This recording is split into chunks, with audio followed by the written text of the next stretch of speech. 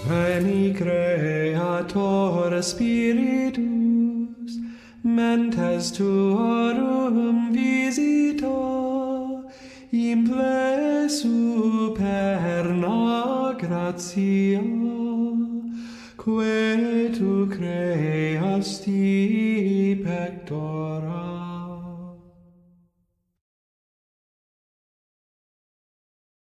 A seguir, um curtíssimo filme com imagens de São Pio X, o único arquivo de vídeo existente com registros desse Papa Santo ainda em vida. Porém, antes, uma breve introdução de sua biografia. É certo retirado do livro O Papa que eu conheci de perto, do servo de Deus cardeal Rafael Merri Delval, que foi secretário de Estado de São Pio X durante todo o seu pontificado. Nascido em 1835, numa humilde família da região de Veneto, no norte da Itália, foi com grande sacrifício que José Sarto, o futuro Papa São Pio X, conseguiu estudar e ordenar-se sacerdote. Quando menino, para cursar a escola primária, precisava caminhar diariamente 14 quilômetros e o fazia descalço, para poupar os preciosos sapatinhos que necessitava usar durante as aulas. De grande inteligência e ainda maior piedade, dirigiu-se para o seminário de Pádua, onde fez seus estudos de filosofia e teologia. Ordenado sacerdote em 1858, foi designado para auxiliar o pároco de Tombolo, uma pequena aldeia onde ficou durante 9 anos. Foi depois pároco de Salzano, uma aldeia um pouco mais importante, durante outros 9 anos.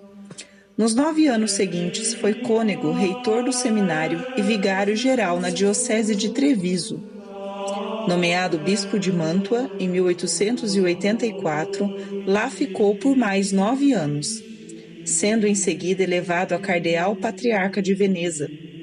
Estava já 9 anos nessa altíssima dignidade quando foi eleito Papa. A se manter a curiosa coincidência de durar 9 anos cada uma das fases de sua brilhante carreira, deveria morrer 9 anos depois. Mas isso não ocorreu, pois Deus o conservou no sumo pontificado durante 11 anos. Faleceu em 1914, poucos dias após a eclosão da Primeira Guerra Mundial. Já em vida gozava de fama de grande santidade e lhe eram atribuídos diversos milagres. Após o falecimento, multiplicaram-se as graças alcançadas por sua intercessão. Foi beatificado em 1951 e canonizado em 1954. Em todas as fases de sua vida, sempre foi exemplar. Foi modelo de seminarista, modelo de coadjutor, modelo de pároco, modelo de cônego, modelo de bispo, modelo de cardeal, modelo de papa. Seu lema, tudo restaurar em Cristo, acompanhou-o desde a humilde aldeiazinha em que começou a trabalhar até o sólio de São Pedro. O pontificado de São Pio X, embora tenha transcorrido num período particularmente difícil e conturbado da história da Igreja, deve ser considerado um dos mais fecundos de toda essa história. Foi chamado Papa da Eucaristia, pois incentivou a prática da comunhão frequente e permitiu a primeira comunhão a crianças pequenas, tão logo atingissem o uso da razão. Regulamentou a música sacra na liturgia, ordenou e dirigiu a codificação do direito canônico, reformou a Cúria Romana e o Breviário, defendeu os direitos da Igreja lesados por governos anticatólicos. E, sobretudo, foi o Papa que fulminou a grande heresia do século, o modernismo, considerado por ele a síntese de todas as heresias.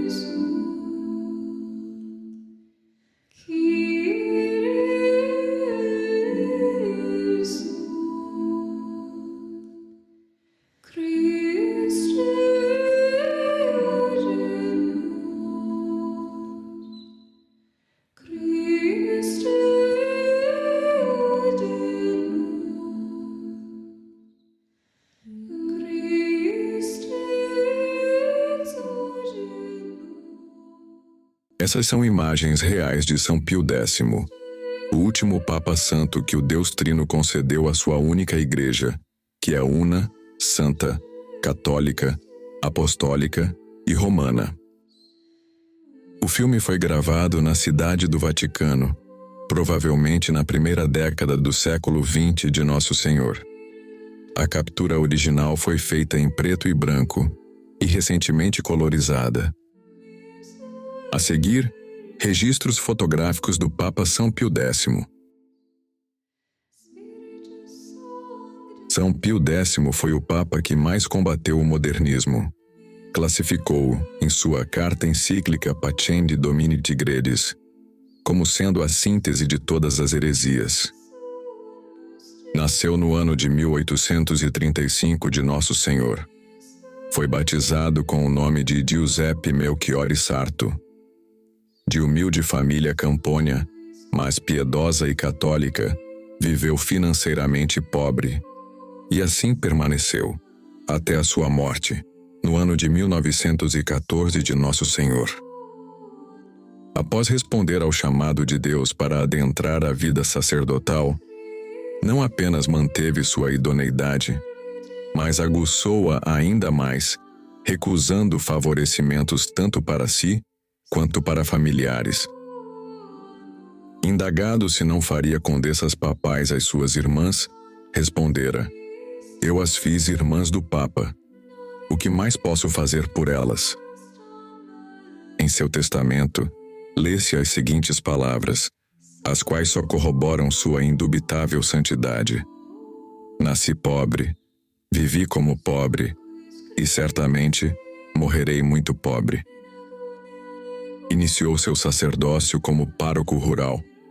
Percorria longas distâncias a pé ou a cavalo, a fim de catequizar as ovelhas mais humildes do bom pastor, tanto as circunjacentes quanto as mais afastadas.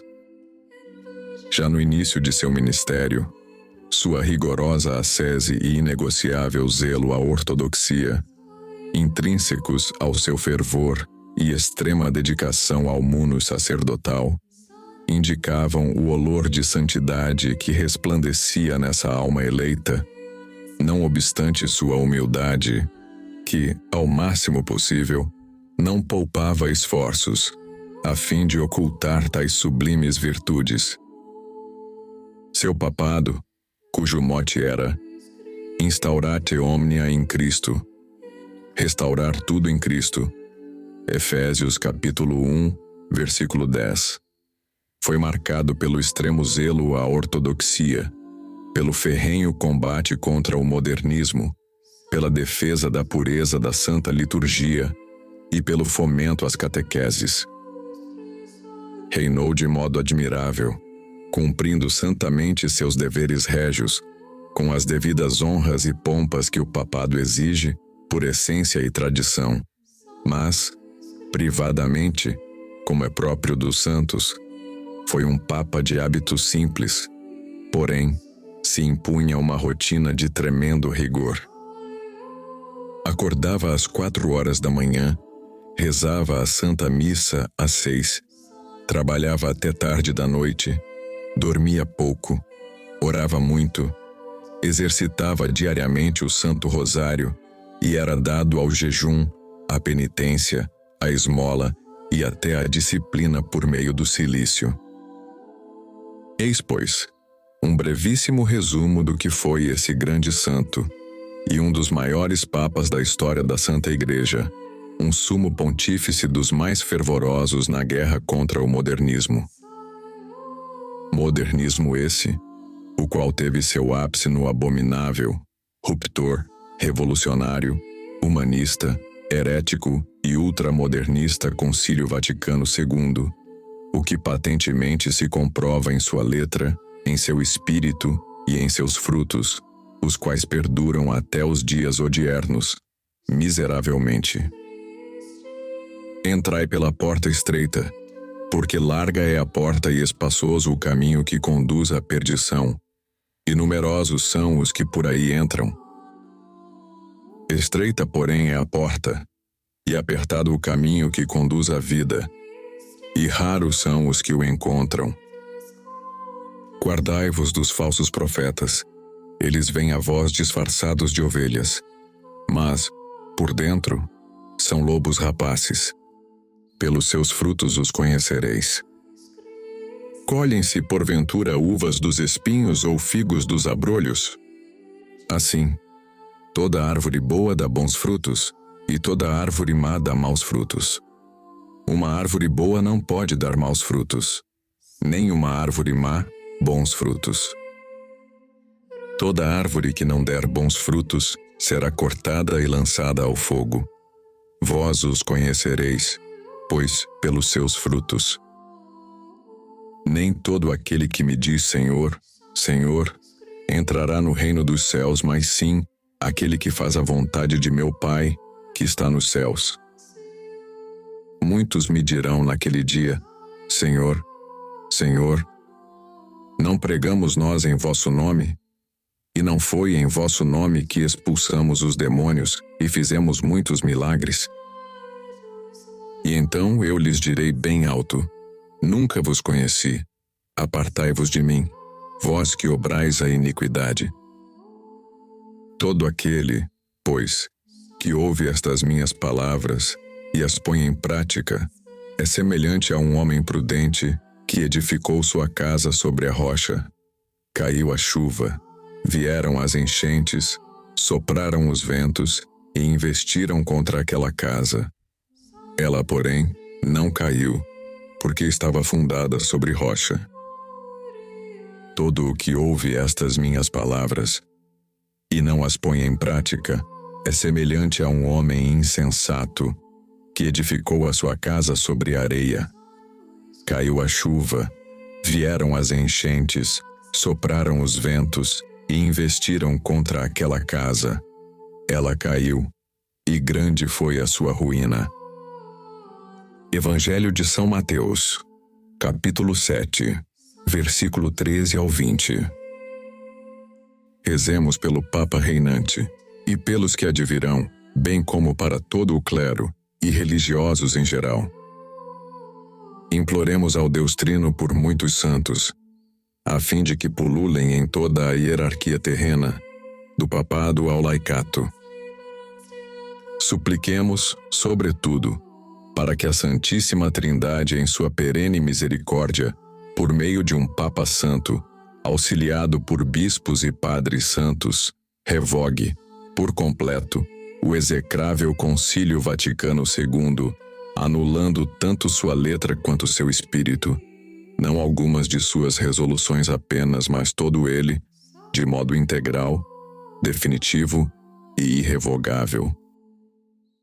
Bem como todas as ações que o precedera, no que diz respeito a todo o clero, anterior e posterior a esse funesto sínodo, as ações formais e as materiais, tanto na letra quanto no espírito, as quais, em algum grau, atentaram, ainda atentam ou poderão atentar contra a sã doutrina, contra a sagrada liturgia e contra a santa tradição.